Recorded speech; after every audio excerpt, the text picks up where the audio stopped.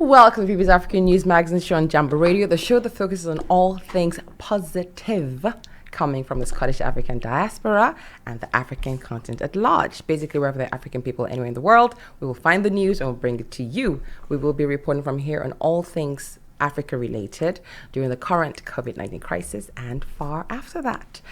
I'm Benny Briggs McKinley, BB, and as always, I will be your host. Today on the show, we have our very own PhD, presenter, producer, singer, chef, artist, engineer, and everything else in between. He is the super, uber talented and driven Kweku Bramlarvi. Did I say that correctly? Yeah. Yeah? Kweku is like everything we all want to be and more. And I've roped him into being a panelist today on the show. Wow. And I'm so happy to have him. Are you happy to be here? Yeah, it feels good. Second time being in this seat, so. Really? Yeah. Whose show were you on before? Chini's show, that was the first. Okay, Yeah. all right. This is a bit more talky. Okay. But it's good. We're going to have all his opinions on all the topics, everything Africa related, and all the topics. And Kweku is going to be giving us his opinion. So, Awesome. as always, listeners, if you want to join us, all you have to do is, call the studio live. We're right here. The number is 0745 9906822, 0745 9906822. You can WhatsApp. So the studio number is not that. That's a WhatsApp number. The studio number is 07542 002 891. 07542 002 891. Kweku's here, I'm here, Serena's here, Martin's here. We're all here. Call us. We want to hear from you. And we have African Spotlight. Have you heard our an amazing history story today, Kweku? I cannot wait to hear what you think about this one. Okay. And we also have our new travel segment, which we did Malawi the last time. And today we have a mystery country on the list. We're doing it for our travel segment. And we have so much fun. We have so many things planned for today. So please stay, please enjoy, and just be with us. You know what to do. If you want to contact us, apart from the studio line, you can just three magic words at Jambo Radio in Scotland. Just combine them on social media and you will find us. We're live on Facebook right now, live on Twitch right now, right, Serena? And live on www.jamboradio.co.uk. So we're here. Call us, watch us, listen. We're right here. Enjoy. All right, we're going to begin with a song, or should we just dive right into it, Serena? What do you think? Let's dive. Quick, are you ready to dive right into it? Good. Because we started with a song. It was Burna Boy with Bank on It. And now, what do you think? Have you heard about Africans at the Beijing Olympics? Yeah, just a little bit though. All right, let's talk about it. Okay. So, Beijing 22 is on right now, Winter Olympics. And what's Africa like at the Winter Olympics? So, a record number of 8 African countries competed at the 2018 Pyeongchang Olympics. Okay. And at the present 2022 Winter Olympics, we have Africa is represented by 6 athletes from 5 different countries. So Eritrea, Ghana, Madagascar, Morocco, and Nigeria. And 5 are competing in alpine downhill skiing. Martin, you'd be surprised to hear that one. And 1 in cross-country skiing. What? How? Well, although African countries have always done relatively well at the Summer Olympics, particularly in the middle and long distance running events, athletes representing African countries have had a bit less success at the Winter Olympics so far. And given the continent's geography, this is not surprising. The difference between the average warmest and coldest month in Africa is a mere 35 degrees, and snow is very, very rare. So the continent actually lacks the climate for all winter sports contested outside on snow or ice. But despite this, athletes representing African countries have contributed to the Olympic movement's goals of universality and inclusion. And a total of 15 African countries have participated at the Winter Olympics in 58 years. South Africa went there in 1960, and after that, it didn't go for almost 20 years because we're banned because of apartheid, you know that. And all the Olympic Commission banned them from competing. And then they came back in 1994 in Norway. Morocco became the second African country to compete in the Winter Olympics in 1968. And Morocco was the first African country to get a medal, because Canadian-born Moroccan Adam Lamberti became the first African athlete in history to win a medal at the Winter Olympics when he won the gold in alpine men's skiing Super G. Nice. And he says, he said at the time, we came from Africa, we won in alpine skiing, so all is possible. I wanted to prove that Moroccans can ski well, and I proved that today. Senegal made its first appearance in 1984, and Senegal has a ski federation now, launched by the guy who competed for Senegal. And with each Winter Olympics, athletes from Africa pushed the boundaries more and more and broke new ground. And Kenya's Philip Boyd is one of those. He wanted to do the Summer Olympics, couldn't do it, but Instead, he became Kenya's first Olympian at the Winter Games. And this in 2008, we also had a Kenyan woman, Sabrina Samadir, who was the sole representative in alpine skiing for Kenya.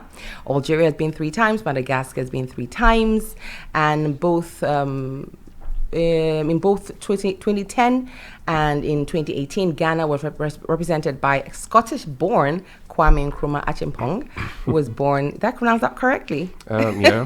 Achiampong? Achiampong, yeah. Who was born in Scotland to Ghanaian parents, and then he got somebody else, another Ghanaian, to compete against, Akwasi Frimpong. Yeah. Is that correct? Yeah. And he became the second Ghanaian to compete at the Winter Olympics in the skeleton. And then Togo's been, Ethiopia's been, Egypt, Swaziland, Cameroon, Zimbabwe have all had one-time participants. And basically, a Winter Games highlight for Africa came in 2018 when a record number of 8 countries, like we said before, lined up for the opening ceremony. And that was like Africa on ice. And that was it. So everybody's talking about, and of course in 2018, the Nigerian team had the bobsled, the 4 girls who had who did the bobsled team. And that was like almost like the Jamaican Cool Run is like the Nigerian version of Cool Run. So what do you think? But since 1984, at least one African nation has competed at each subsequent Winter Olympics. No, that's really cool. What do you think about that? Have you ever gone skiing or anything like that? I did try skiing though. Where? This was 4 years ago. I almost broke my leg and my neck. So, yeah. Where did you go? This was in Milton Keynes down south. Okay, yes, they have like an outdoor skiing thing, don't they? So yeah, I'm not trying that again. I know there's there's one in Braehead, but I'm not. Yes, I'm not going, they do have the skiing there. So have you ever been on done any winter sports? No. So they're like, Martin, have you done any winter sports? Really? I haven't done any winter sports, and I was like, I always fancy myself. I think I'll go skiing just for the outfit. Yeah. Just to wear all the skiing is fun, but I love ice skating though. And figure skating is my everything. But when you see the young kids who are doing like the half pipe and doing the big air, the jumps and all of that, you're like, are you serious? Are you serious? It's incredible. Like winter skiing. Too old for that. I think so. Winter skiing makes people look cool. It does. It actually makes people look cool. It's one of those sports that you just look cool by default doing it. It's incredible. Well, I mean, thumbs up to all the teams who are there. I don't know if they're going to medal this year. No, I hope the Ghanaians do get a medal. I don't know about the other African countries, but yeah. Okay. All right. So we're starting like that. All right. Let's do that then. But yeah, so that's Africans at the Winter Olympics. It's just like, for me, Winter Olympics, any Olympics are like the opening ceremony, all that pageantry, and then the closing ceremony, and all the little bits in between. But that's the important thing for me. So seeing all the countries coming out, and then seeing Ghana come out, Nigeria come out, Ethiopia come out, was really like, what are you guys doing here? But well done for being here, that kind of thing. No, I think it was going to get more and more in the future. Yeah, I hope so. Yeah. Okay, so let's move on. So I was going to talk about this last week. We weren't here last week, and I'm not going to dwell on it. But Rihanna is having a baby. Oh yeah. And people have opinions about that. Yeah. Why? I'm sad. Okay, you thought you had a chance. Well, what's this hope? There's always hope. Like you never know. Yeah, I'm not saying now. You do know. Well, she can still have the baby. They're not married, but hey, it's all good. People are upset because they're not married. People are upset because A$AP Rocky is meant to be like a pretty boy, and I think they wanted her to be with some kind of like big, masculine. I don't know why people are getting so angry. If they fit, if they're compatible, definitely. I think there's not a problem. She's not married. She's a billionaire. She should have gone with another billionaire or whatever. And sometimes it's not all about the status and stuff. It's about, like I said, compatibility with the person. Yeah. And they both like fashion a lot. Yeah. They both seem like-minded, so I think it's okay. But good on. I mean, it's crazy to think of we Rihanna. But she's done so well for herself, done so much, and she's also like an ambassador to her country as well. She's and then the way they announce it, they're like really cool. Super cool, super duper cool. Right. All right, so to honor them and just to to feel happy for them, here is Duduke by Simi. Enjoy, everybody. All right, we're back and on to our next topic. So African startups, right? Yep. So the verdict is in, the African startup capital in the whole of Africa. What city do you think it is? I don't want to say Ghana, even though we are coming up there, but I city. would say... I didn't say country, I said city. Yes, I was going to say Accra in Ghana, but I didn't want to say that, even though we are coming up, but I would say... It's not Accra. Yeah. Well, according to the stats, it's Port Louis and Mauritius. Well, the stats I've seen so far. No, but for this year. This year, okay. You ready? Detail. So when it comes to attractiveness for startups, ready to clues bombs, Serena? Lagos leads the ranking of African cities. I knew you were gonna say. According to data. So it's funny because people are surprised. Yes. So the Nigerian city managed to outperform its direct competitors, Nairobi, Cape Town, Johannesburg. As you can see, Accra is not on the list. A trend that is likely to continue. when was this list compiled? 2021. 21. So, exactly. We're only in February in 2022. Well, we're still in 22. Okay. This scores are the exception rather than the norm, though, as charts show that African cities still have room to improve in terms of sowing the seeds for future startup growth. Yeah. So overall, 7 African cities had a score of more than 1.0 points on the Startup Blinks Index for 2021, with urban areas claiming the top spots. Coming as no surprise. Lagos, for example, is not only the biggest metropolitan area in Africa, but also has made a name for itself as a tech hub, rapidly advancing towards a 24-hour economy and generating 10% of Nigeria's total GDP. Nairobi, the second highest rated African city in 2021, is home to the African headquarters of global heavyweights like Cisco, IBM, Coca-Cola, and Google, a fact that is at least in part attributable to its reputation as a tourism as well as financial hotspot. Yeah. And then in terms of homegrown achievements, institutions like Nairobi Securities Exchange, one of Africa's biggest stock exchanges, and companies like Safaricom have boasted a market cap of $15 billion. Okay, and that makes Nairobi fertile ground for investors. Okay. And then Cape Town and Johannesburg, on the other hand, is still profiting from the economic standing of South Africa, which led all African countries in terms of GDP for decades. Notable companies include Cape Town's Naspers, whose valuation of $104 billion in July 2021 makes it the largest company in Africa by a wide margin. So as the data shows, 8 of the 10 highest valued African companies actually are located in South Africa. Okay. So it's a bit of a mixed bag. What do you think? No, I think that's true. South Africa is quite developed, and Yes. I'm not surprised, to be honest. So 8 of the 10 biggest companies in Africa are located in South Africa. Yeah, but there's one like really big company coming to Ghana. What's it called? Is it called Google? Twitter? Exactly. It's okay. And Twitter, you know, Shell's going right now to Social Ghana in Ghana. So they are a media agency, and they literally got the Google Twitter for Ghana account signed to Really? them. Yep. Oh wow, good for them. Good Yeah. for them. But at the same time, Accra is not the startup capital of Africa. Well, Accra is though. getting there. and Twitter is not a startup.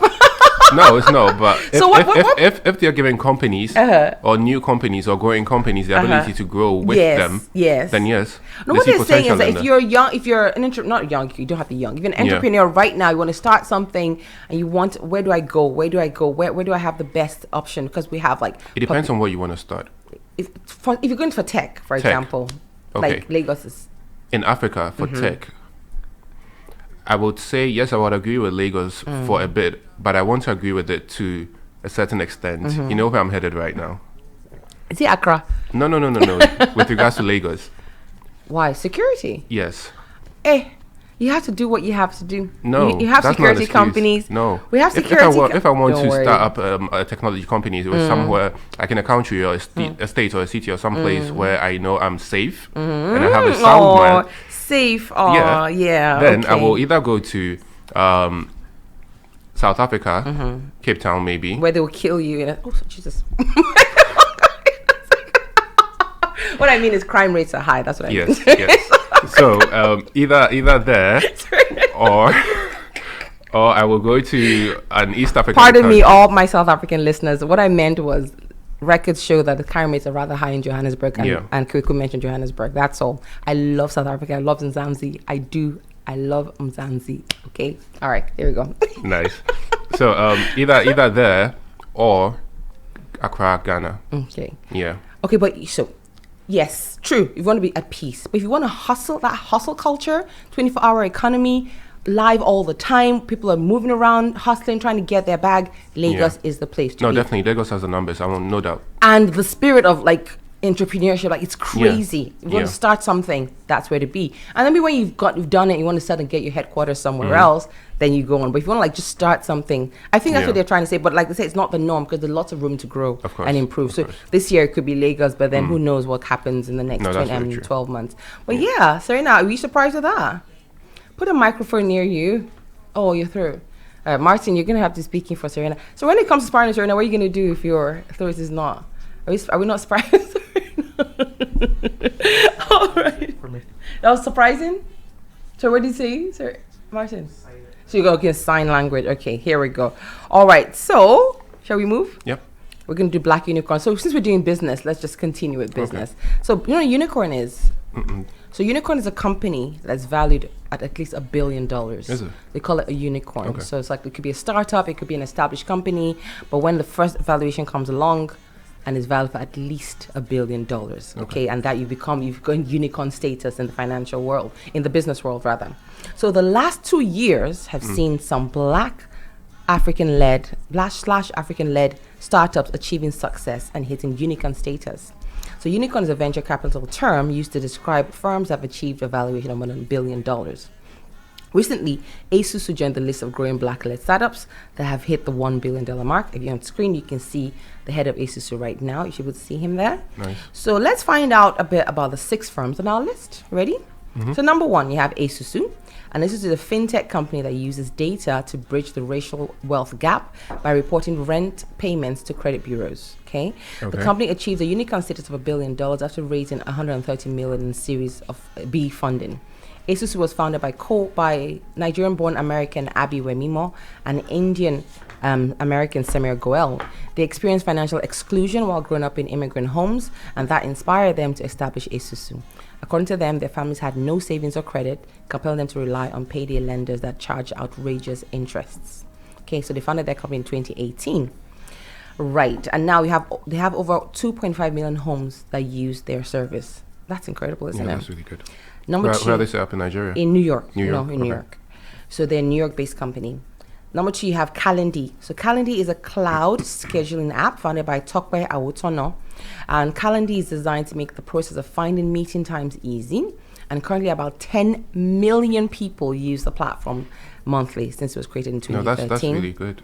Making it very popular. The popularity of the app has been attributed to the rising number of people working from home due to the pandemic. And Calendly is used by the majority of Fortune 500 companies, as well as nearly all companies in the SAS 1000. You know, that for this one in particular, it's quite interesting because we have companies out there. Google has their own scheduling. And to think, how did he get a piece of the market like that? Because I don't even use Calendar. I use Slack Google Calendar. All of those. Yeah, I use Google Calendar. Yeah. That's incredible. He has such a huge chunk. But the American market is a different thing altogether. It's a different altogether. So it was valued in 2021, it's valued at $3 billion, okay? Oh, wow.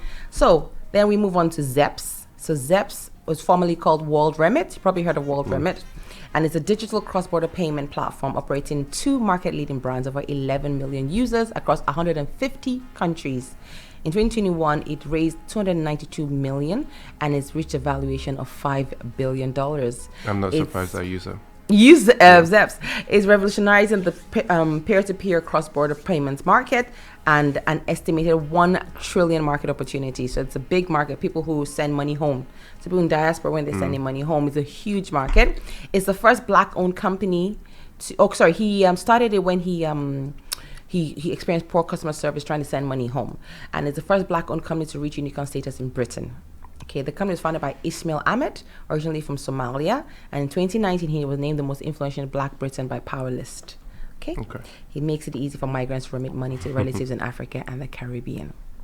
Nice. Moving on, yeah, he looks like a nice guy. Moving on, Marshmallow. It just looks like a nice guy. Marshmallow was founded in 2017 by identical twins Oliver and Alexander Kent Graham, and their friend David Goat. The firm is an insurtech startup in the UK, building a product for immigrants and expats who are poorly served by the car insurance market, according to TechCrunch.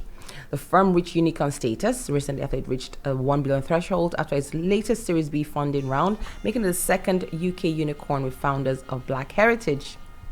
Good for them. Very nice, very nice. Good to work with your brother every day. All right, moving on. We have Flutter Wave. I know Flutter Wave. So Flutter Wave is a digital payment app known for its being seamless and secure, and it continues to be the choice for small to medium businesses in Africa, especially Nigeria. It has turned out to become a market leader in sub-Saharan Africa. I hate that term. I'm still looking for a perfect term to replace it. Founder and CEO Gbenga Agbola via social media said the plan was always to build the payments technology infrastructure that connects Africa to the global economy by making local international payments seamless. Flutter Wave's website says the app is available in 11 countries. However, it's going to be 20 countries, and that's thanks to Series C funding that was recently announced. To much fanfare. It got $170 million in that Series C funding in the third round of funding, and that means it's now a unicorn valued at over $1 billion. This is the first time an indigenous African fintech is valued at that amount. That is good. And the last, it's amazing, isn't it? And they're so young. They started in uni, their dorm room in uni, he and his friend in their dorm room in uni, and the people were like, oh, let's find a way to make card payments, and then they created this little thing, and then it's just gone on to whatever this is. And they're both still working together. No, that's really and they're in their 20s, I believe. I think they're in their late 20s. Well, they look it. They look it. No, those are the girls. No, these are girls using it, but I think I have a picture of these are not the owners. No, there's two young boys, Nigerian boys. Okay, and then lastly we have Chipper Cash. So Chipper Cash offers a cross-border peer-to-peer payment service in African countries such as Ghana, Uganda, Nigeria, Tanzania, Rwanda, South Africa, and Kenya. The firm has over 3 million users on its platform and processes an average of 80,000 transactions a day. It's raised $30 million in Series B funding, and Chipper Cash was founded 2 years ago in San Francisco by Ugandan Ham Serungi and Ghanaian Majid Mujaled. And the two met while studying at Grinnell College in America. And after college, they had stints in big firms like Facebook and Flickr and Yahoo. And co-founder Jerundi believes that the backing of Jeff Bezos to them has incredible benefits beyond the venture. It's a big deal when a world-class investor like Jeff Bezos or Ribbit goes out of their way to an area where they haven't previously done investments, he said. So according to TechCrunch, Chipper Cash is valued slightly above $2 billion. What? That's amazing. That's amazing. That's amazing. So those are 6 unicorns. What do you think? Great. Really Tell me everything you think. I think it's amazing. It's inspiring. This is very... to other Africans who are trying to start their own businesses. To all entrepreneurs out there. And have you noticed, so unicorn status, if you're valued $1 billion and over, all 6 of them, apart from Zeps, are all young people. Yeah. Right? Am I wrong? No, that's They're all young people from the youngish. Okay, so Calendar is youngish, but so all the huge companies that have been existing and have done so well, and they're not startups, but they're basically startups, and they come in and they do, and it's all mostly tech. So it just shows where the world is, where the business world is leaning. Yeah, tech is gaining some recognition out there, but I won't say just tech companies. There are a lot of other companies out there. People don't really know about them, but they are making a lot of strides in their but it just seems like the unicorn status. Yeah, almost all of them seem to be doing something tech related. Yeah, that's incredible, isn't it, Rihanna? You think I'm gonna draw you out whether you like it or not? Rihanna is like. All right, this song is very apt. This song was chosen by my son actually when I told him this story. Okay. So it's apt to what we're talking about. So this is Bank Alert by P Squared. Enjoy. See you on the other side, guys. All right, do we have time? We're going to jump a little bit. We're going to go to Kenya. Who wants to go to Kenya? I'm going there actually in April. No. Yeah. How long are you staying? 10 days. Where are you going? On the 15th, hopefully. To Nairobi or to go to Nairobi. So in Nairobi, we go to Mombasa. Yeah. Oh, that's nice. Yeah. That's where the sea is, isn't it? I haven't been before, so I don't know. Yeah, so the sea. Oh, that's nice. Yeah, going for a wedding. Oh my, even better. Yeah. Who's getting married? A friend of mine, Leslie. Is she Ghanaian? No, he. Is he Ghanaian? Yeah, he's Ghanaian. He's marrying a Kenyan, Grace. Oh, that's beautiful. Oh, that's nice. It's not going to be like a Nigerian wedding, but we try. Don't mind me, I'm just being silly. All right, so Kenya. So a Kenyan presidential aspirant has promised to legalize marijuana if elected. Yeah, clues bombs. No, I've never had marijuana in my life. I don't know why. Are you sure? I have never. I'm not even trying to boast or anything. It's just, it is what it is. So Professor George... No one is going to come for you, BB. No, it's just, it is what it is. I'm not ashamed or I'm not ashamed. I'm just, it is what it is. Professor George Shannon, you're going to have to help me with this. Wajakoya. Professor George is a Swahili name. All right, Professor George Wajakoya. I'm just going to go with that. A presidential aspirant for the Roots Party of Kenya. You should have known his party was called the Roots Party. We should have known. Has promised to legalize marijuana in the East African country if he emerges victorious in the country's presidential elections in August. Professor Wajakuya said the stigma associated with smoking marijuana was perpetuated by colonialists, as they made it illegal and rather marketed their whiskeys and narcotics as the better alternative. I will decriminalize it, have it grown here for export, and the proceeds would benefit Kenyans, he said in a television interview. Africans were fooled to shun smoking marijuana, yet the colonialists lied that their whiskeys and cigarettes with nicotine are way better. That was for self-interest. Professor Wajakoya also revealed that although he doesn't use the herb, his son does.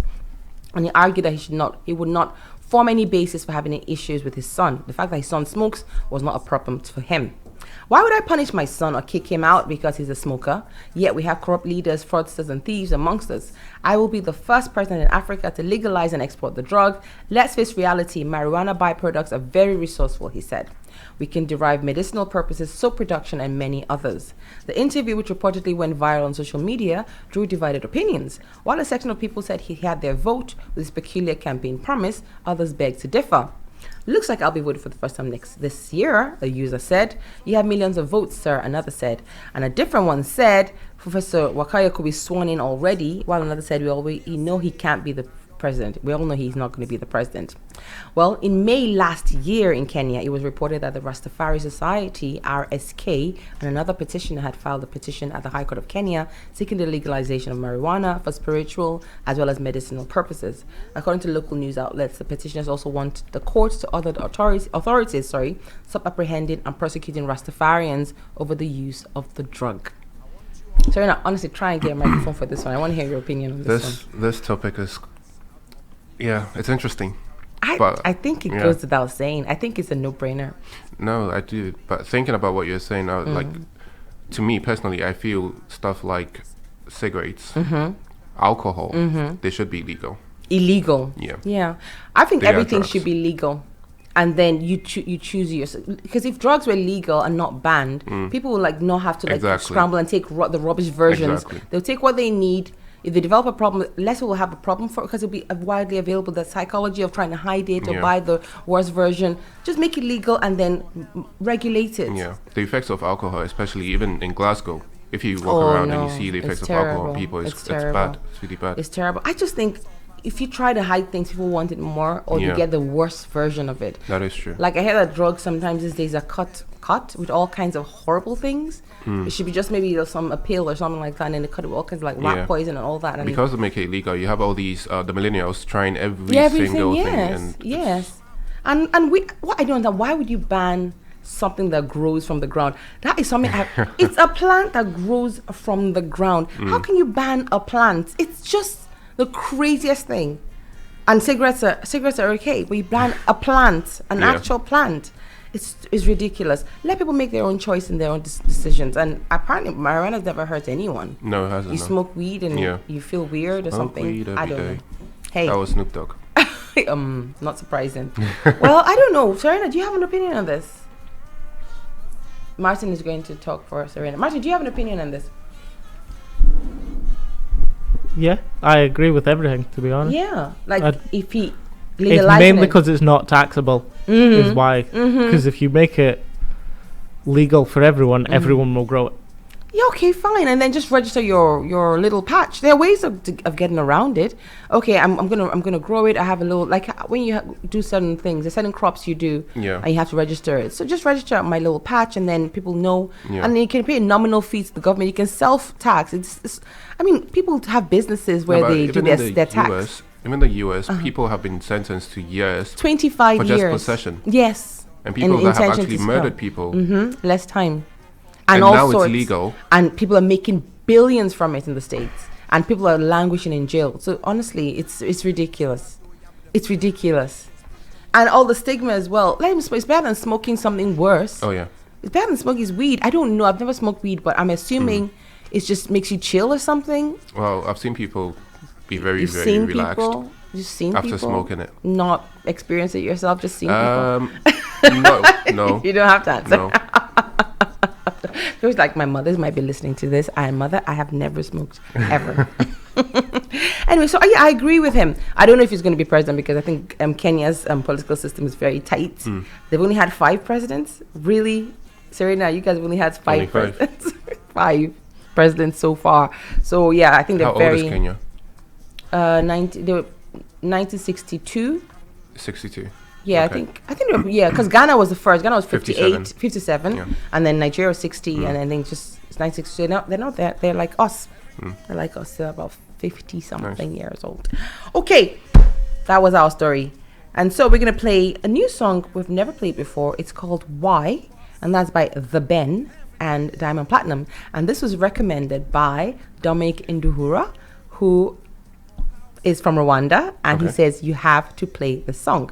So this is Why by The Ben and Diamond Platinums. Enjoy. It's time. We're back. So welcome back to BB's African News Magazine show on Jambo Radio.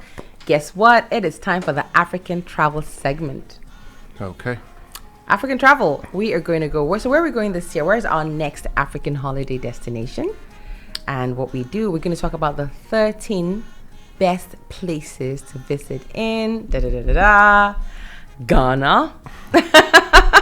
So thank God, Kweku is here. So when we talk about these places, you're going to tell us if it's true, Okay. if the vibe is real, if we're just making it up, and if it's a place to go. Okay. You good with that? I'm good. All right, fine. So Ghana is proof, like they say, that amazing things come in small packages. Considered to be one of Africa's true success stories, this country is enjoying a stable democracy and incredible development. The combination... You got an opinion about it? Should I go on? Well, with regards to tourism, we were literally just voted the second best country to visit in the world. In the world? Yeah. With regards to stable economy and development, very big question mark. Okay, we can circle back. Yeah. We can circle back. That could be something to talk about. Okay. So with Ghana, the combination creates a joyful energy across the country. Oh, yeah. With Ghana, you get beautiful hinterland, sunny beaches, rich culture, lively cities, welcoming locals, tons of wildlife, and easy access to all parts of the country. That is very true. Okay, there's a big difference between within northern and southern Ghana, including different religion, geography, and culture. That is very true. But one thing I'll say about Ghana, when it comes to religion, we do not discriminate in any way. Okay. For the past, I think almost 20 years, all our presidents and vice presidents have been either Christian or Muslim and mixed. And they worked well together. And we all live in the same communities. Okay, but you still feel like the country is one harmonious unit. If you've never been to Africa, Ghana is known as Africa for beginners. So Yeah. did you know that Ghana is known as Africa for beginners, making it a perfect destination for those who want to get their feet wet. All right? Yeah, lots of beaches, very calm. Right, so let's begin. So the 13 best places in Ghana to visit. Number 1, Accra. Yep. So at just over 2 million inhabitants, Accra is the largest city in Ghana. The capital city is full of character and radiates friendliness. And whether you're there as a solo traveler or with a family on your big annual holiday or there for business, Accra has something to make you comfortable. That is very true. Okay. If you want to have a very chilled lifestyle in Ghana and not go big, you can do that in Accra. Okay? If you want to go big, you can do that in Accra. But if you want to go big in Accra and have a lot of fun, you need to have money. Of course. So do you have a picture of Accra? So what tourists really love about Accra are the many beaches surrounding the city, particularly Lambadi Beach. Accra is home to the National Museum and where you find many of the country's historical treasures, okay? And Kwame Nkrumah is also buried there, and W. Du Bois he's buried there. He lived there in his later years. At every turn you'll find markets, incredible food, wonderful music, and lots of traffic. And top it all off with a trip to one of the many coffin shops in Teshie. Oh, yeah. Okay. All right, next we have Labadi Beach, which we just talked about. Arguably Ghana's most popular beach, Labadi is the perfect city beach. Great food and cocktails are available, as well as local entertainment and people watching. Yep. The beach itself is maintained by surrounding hotels, so you might need a small entrance fee if you're not staying at one of the hotels. Yep. And if you go there on the weekend, you catch some native drumming, local reggae bands, and plenty of spots for dancing to hip life. Yeah. A unique music style that blends hip hop with Ghanaian culture. Yeah. So Labadi is known like worldwide as the beach zone of Ghana, but there are The so many beach others. zone. Yeah, the beach zone. Beach but zone. There's a space in Ghana called Kokobite. It's close to the sea and everything. There's lots of beaches there, like private beach houses you can rent. Yeah. And there's this Bojo Beach. It's a public but private beach. Yeah, and it's really, really nice. All right, I'm just so happy you're right here while I'm doing this. This is awesome. All right, number 3, we have Jamestown. Okay, Jamestown is a tough but moving neighborhood in Ghana. tons of history. This covers both the British and the Portuguese left behind a cultural and architectural legacy there. Yeah. And the community is close-knit and the atmosphere is lively.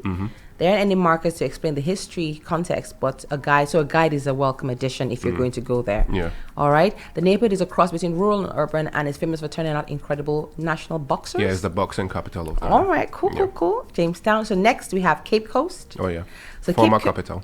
Cape Coast is the former European colonial capital Yeah. and one of the most culturally significant spots in all of Ghana. Yeah.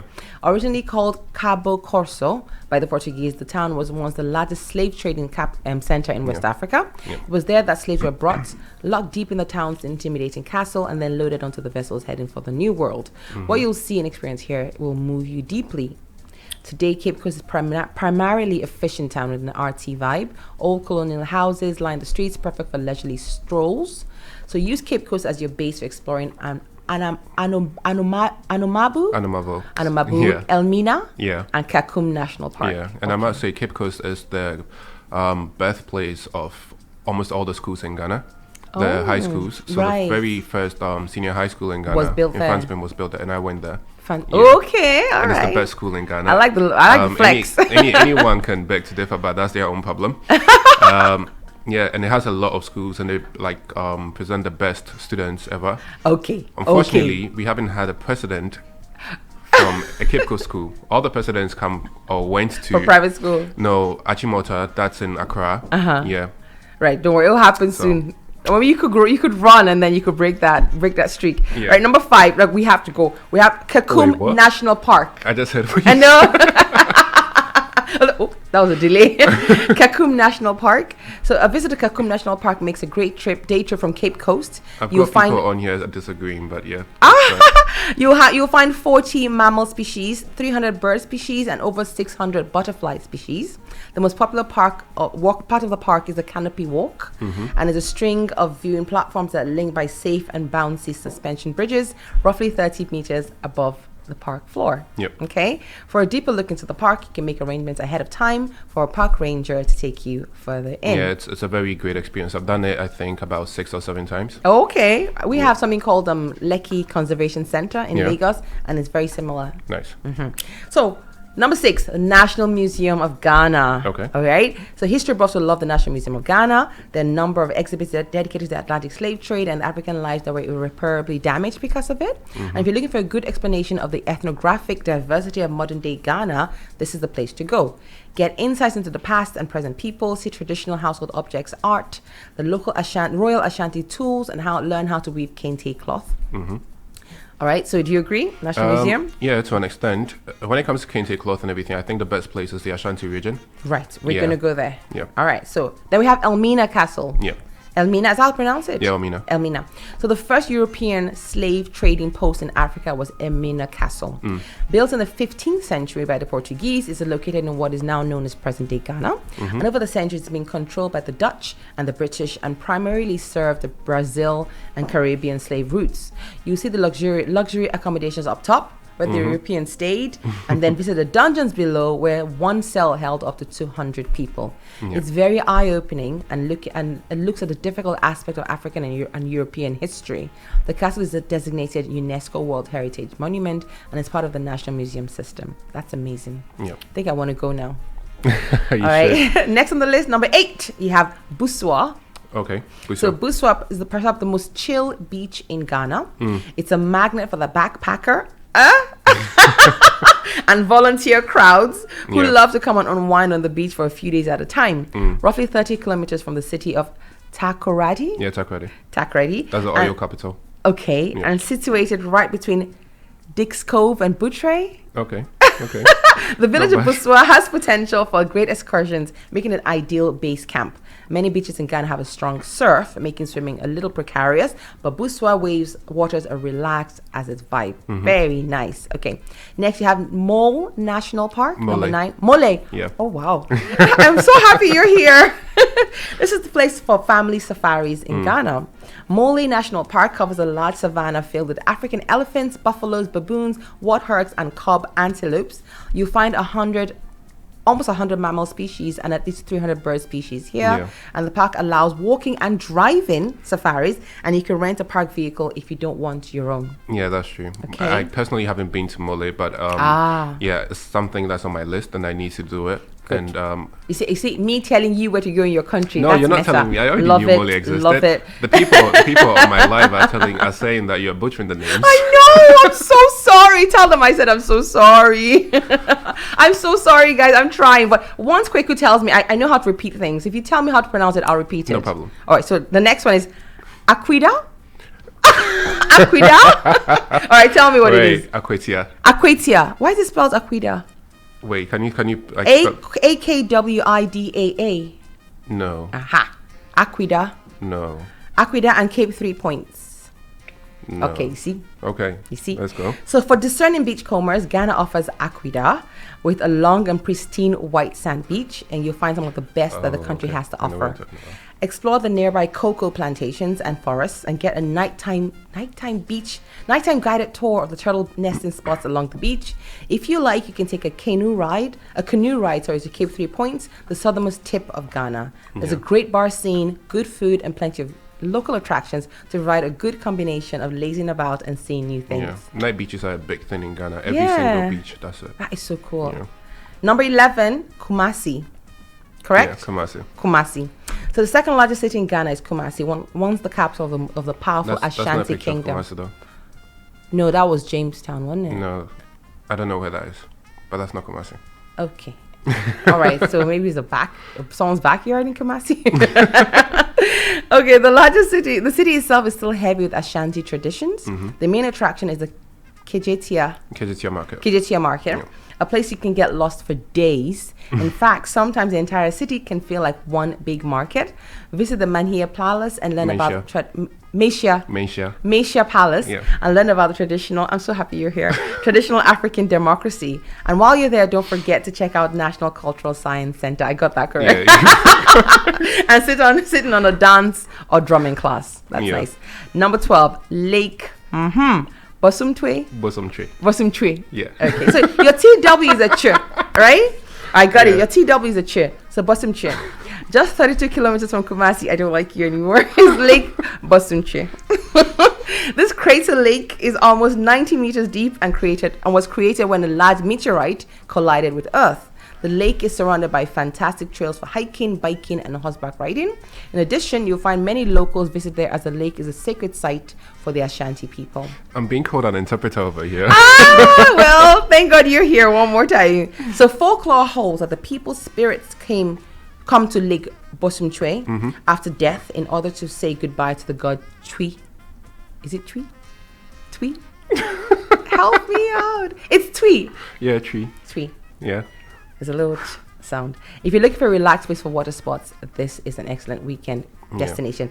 And the last on our list, number 13, is the Volta region. Oh, can we backtrack to the Ashanti Kingdom? Yes, So you go forgot ahead. to mention the Asante Hene. So he is the king of the whole Asante Kingdom. Right. And even though there are other kings in other regions, and stuff, yes. he is the main, paramount, yeah. He's not the king of everyone. I but get it. They're the major. Exactly. I and get he's it. well known. Okay. I did a story many years ago a couple of years ago on the show on Santewa. Yeah, Santewa. Yeah. All right. And the last one, Volta region, and the largest man-made lake on earth is Lake Volta in Ghana, which is strange because Burkina Faso used to be called Upper Volta. Yeah. So stay in the neighboring towns of Ho or Ewe, and you'll explore Ewe, and as you explore this lush and beautiful area, enjoy Aburi. I couldn't have butchered that. Aburi Botanical Gardens, music cruises. Aburi Botanical Gardens is very far away from the Volta region. Really? Yeah. Music cruise on the lake, canoeing. No. Yeah, you can do that at the Volta region, but Aburi is in the Eastern region. Well, when we're doing the research for this, and that's it. Okay, and if you're up for it, you can hike to the top of Mount Afajato, Ghana's tallest peak. And be sure to check out Shy Hills, a wildlife preserve. Shy Hills is awesome. All right, and bird watching sanctuary. All right, and that was Ghana. Thank you so much No, for don't mention it. helping us with that. So, do you agree? Yeah, I agree. Okay, we're going to come back in part 2 and finish this up. Okay. We're going to end part 1 right now. We'll come back in part 2. We'll talk about this a bit and then we'll move forward, okay? Hi, guys. We're back for part 2. So, we're back with BB's African News Magazine show on Jambo Radio. I have the amazing Kwaku here. I got Serena here. I got Martin here. It is going well. This is amazing. So, we just to circle back what we were talking about at the end of part 1. You were going to say, I was asking you, what do you think about the Ghana travel segment? Do you think we were... Apart from you saying Leki was nowhere near the Volta region. No, so Ibri is in the eastern region. Right. So it's not far from Accra. It's just up the hill. Right. Yeah, I'm actually from that place. My dad is from there. My mom is Fanti, but we're all Akan. So yeah, I don't know why you put it in. Listen, the research, I do the research. It spits it out, and it told me it was there. But okay, thank God you're here to correct that. Yeah. And do you like that? Yeah, Does that make you want to visit more of your country now? Of course. There's so many places in Ghana I haven't been, and I need to go. And for someone, I like when an outsider does it, because you kind of see your country in a different light. If someone from the outside kind of says, "Oh, have you been there?" Because even when I was in Nigeria, like we'll have people come from France, from Italy to the office, and then they'll go, "Oh, over the weekend I went to." Like, really? I've never been, and I'm from here, which is weird. Or here in Scotland, people come in. Yeah. From all over the world, and they go to up north, to Elgin, and all that. And then weird in Glasgow, we just go to maybe Loch Lomond and we're done. So it's amazing. That's amazing. Okay, so coming back to our Sparring with Serena segment. Okay. And Serena has no voice today, so you're gonna have to take over for her. No, that's so fine. It's not Sparring with Serena, it's Sparring with Kwaku. Okay. You good with that? Yeah. Before you continue, Chini said BB is Nigerian. Do not try and steal her to Ghana. Chini, at all. Don't Chini, try you it. You lost that long ago. I'm Nigerian, no, very. I've done an entire show in Pidgin. Yeah, they said it was posh fine. Pidgin. You are born Nigerian, but yeah. No, I'm super Nigerian. Like okay, for now. Like seriously, if I wear my Nigerian jumper next week, that's it. Wow. Thanks, Chini. Thanks for backing me up here. All right, so we're going to talk about the topic. If your friends, if your people on the live want to join in and have opinions about this, so if you guys want to join in, that's fine. And have opinions, that's great. So about 2-3 weeks ago, there was this thing that happened on Twitter between Africans and African Americans. Did you hear about it? No. So what they call themselves foundational blacks. Okay. I was talking about the Serena the other day. Speaking of the word black, this is my opinion. I do not like that word. I don't care. I don't have. No, not from you. I'm saying in general. Why? Like, yes, I know it's the term that's being used, but the skin color is not black. If you get what I'm saying. Nobody's skin color is anything. Chinese people are not yellow. Yeah, don't call them yellow. Don't call no one white. White people are not white. Yeah, but some white people are white. And some black people are black. Girl. Well, some black people are black. Well, okay, that's a different topic. But I know what you mean. I know what you mean. I know it. And everybody has their own way of, expressing themselves or have their opinion. So if you don't like it, I see it as a term, not as. So you know how it came about. Yeah. We're all different nations, and then when they needed a way to differentiate us, so there was no white in America. It was just there was Italians coming in, Swedes coming in, the British coming in, Portuguese coming in. But when when there was emancipation, and then they had a way, and the society changed. You had to differentiate between these people and these people. So all the white people who were from different nations in Europe suddenly became white, and then this was black. And also when the slave trade happened. So we are different nations. We're the Ashanti Nation, the Benin Kingdom, the Yoruba Empire, the Oyo Empire, different empires, the Zulu Empire. They're all nations. They were not black. It was not a race thing. It was a nation thing. Yeah. But when the slave trade happened and they lumped everybody together, then everybody was made into one thing as opposed to the different things they were. So that's where the term originated. Yeah. And no, I get it. And it's just not gone away. It's just not gone away. And then socio-geographical factors have played into it. Exactly. And over time, it's just stuck. That's why in the 80s, Jesse Jackson came up with the term African American. Yeah. That stuck for a while, and then now it's become something else. But people want to drop that and go back to just Black American, or now you have the foundational blacks. Okay, I don't know what that is. So what's happening right now is, in the last 20 years or so, what's wrong? No, Felix is like social studies topics. So what's happening in the last 20 years? There's been a big migration from Africa to America. Okay, it was happening in the 60s and 70s. Yeah, it wasn't that big a deal. But now there's a second generation now, okay, of people who have come from Africa, either come from Africa to study and stayed, or been born there to African parents, and they seem to be doing very well. Okay, especially the Ghanaians, the Nigerians. So they say the Nigerian diaspora in America is the minorities are the strongest and most successful minority group in America. Okay, and then of course close on the hills, the Ghanaians and all that. And then the families seem to be intact, 2-parent family households, still have the discipline thing, still have the father in the home and all that. As opposed to what's going on the other side with the Americans, you know, they have everybody has their issues. Like Serena says, everybody's struggle is different. Okay, it's not the same struggle. Yeah. But now there seems to be like this little dissentment. People are not happy. Some Black Americans are not happy. They feel like they laid the groundwork, okay, for the ability for Africans to come in and thrive. Okay. Yes, there's racism, but the Africans have come in. They're doing well in school. They're getting their PhDs. They're working for big companies. They're doing well. They're flourishing, and they had to come from the back end after emancipation, after the humiliation of segregation and all of that, and build and do all the protests. Martin Luther King had to die. All of that, and they lay the groundwork, and now we're reaping the fruits where we didn't sow.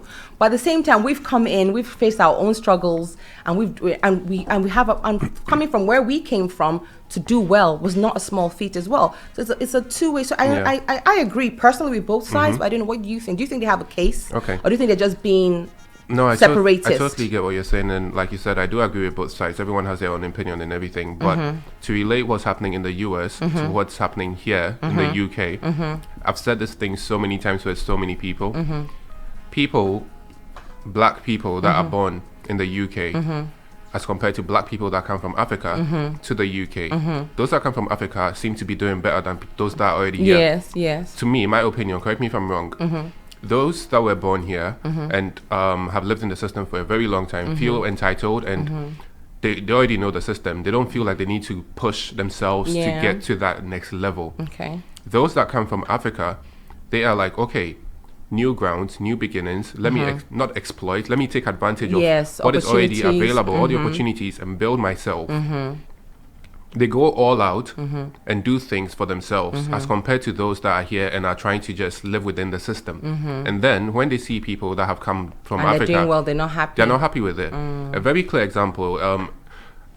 I don't know if my friend is okay, like me using him as an example, but I have this friend. He's called Kwabena. He came from Ghana. He did his master's here in Glasgow. I respect him so much because I've not known him for a super long time, but I've seen where he started from and everything. Literally came here. He didn't really have a lot going on apart from his masters and stuff. He finished his masters. He's gone all the way to start his own security company where he's now employing people. Yeah. And he's got a number of people under, and there's so many stories like that. Like, you have people that are here, African black people that are here. They already have their stuff sorted. They've been in the system for a very long time. And then they are being envious of someone who's coming and is hustled. Same thing, but in America, it's a bigger stage. Like, there's like 300 million people, and the black community are like 40 million, okay? And then they don't consider the African community as part of the black community. There's that separation there.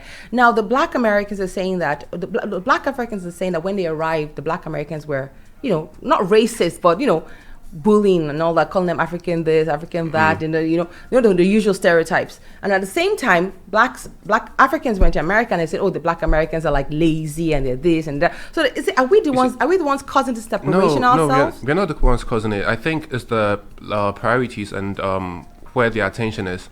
Most of the people in America, their attention is on a very materialistic, unimportant part of lifestyle. In your opinion? In my opinion, thank you. The gangs and the fashion sense, the living large bits.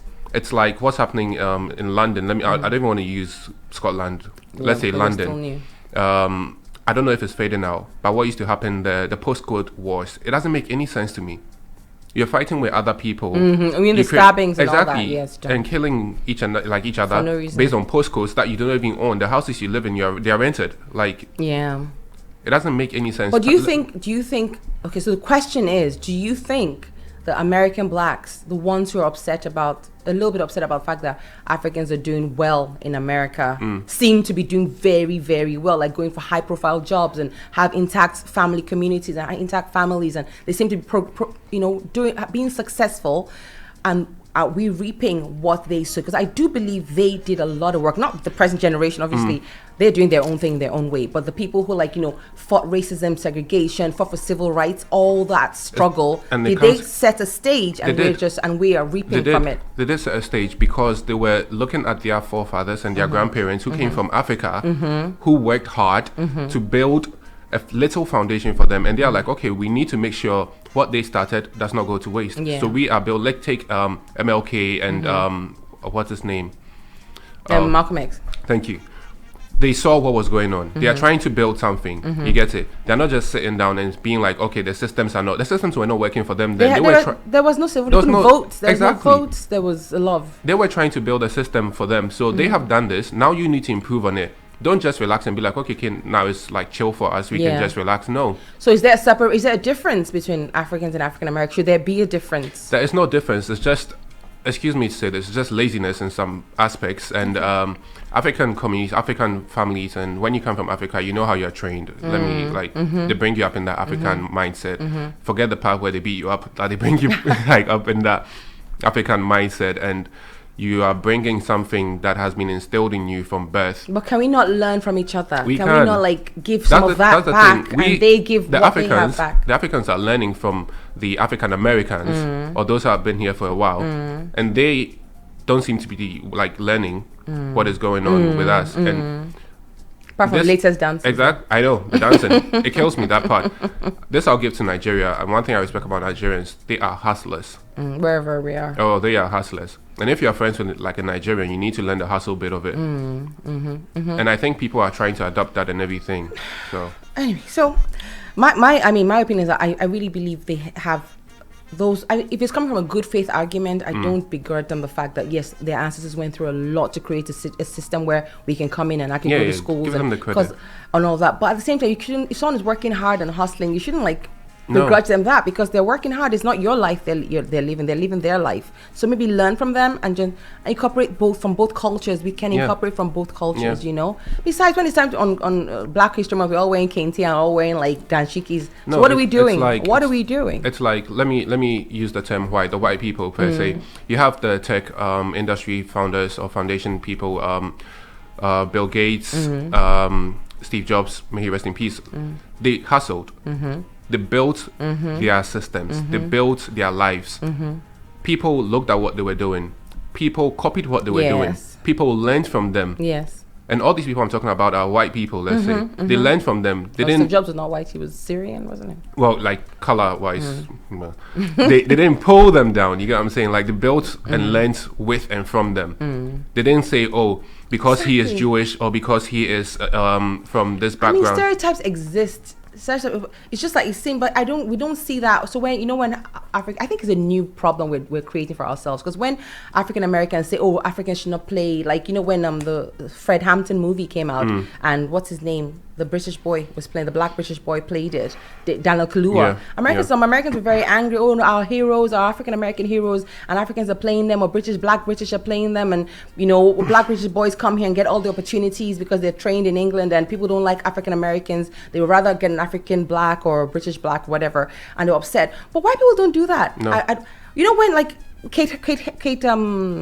Kate, what's her name? Kate Blanchett. She's Australian, but she's played everything from Queen Elizabeth to all the white heroes and vice versa. And Nicole Kidman has played, but they don't do that. No. Because of that heroes. But why do we do? Why do we Hugh do Jackman. it?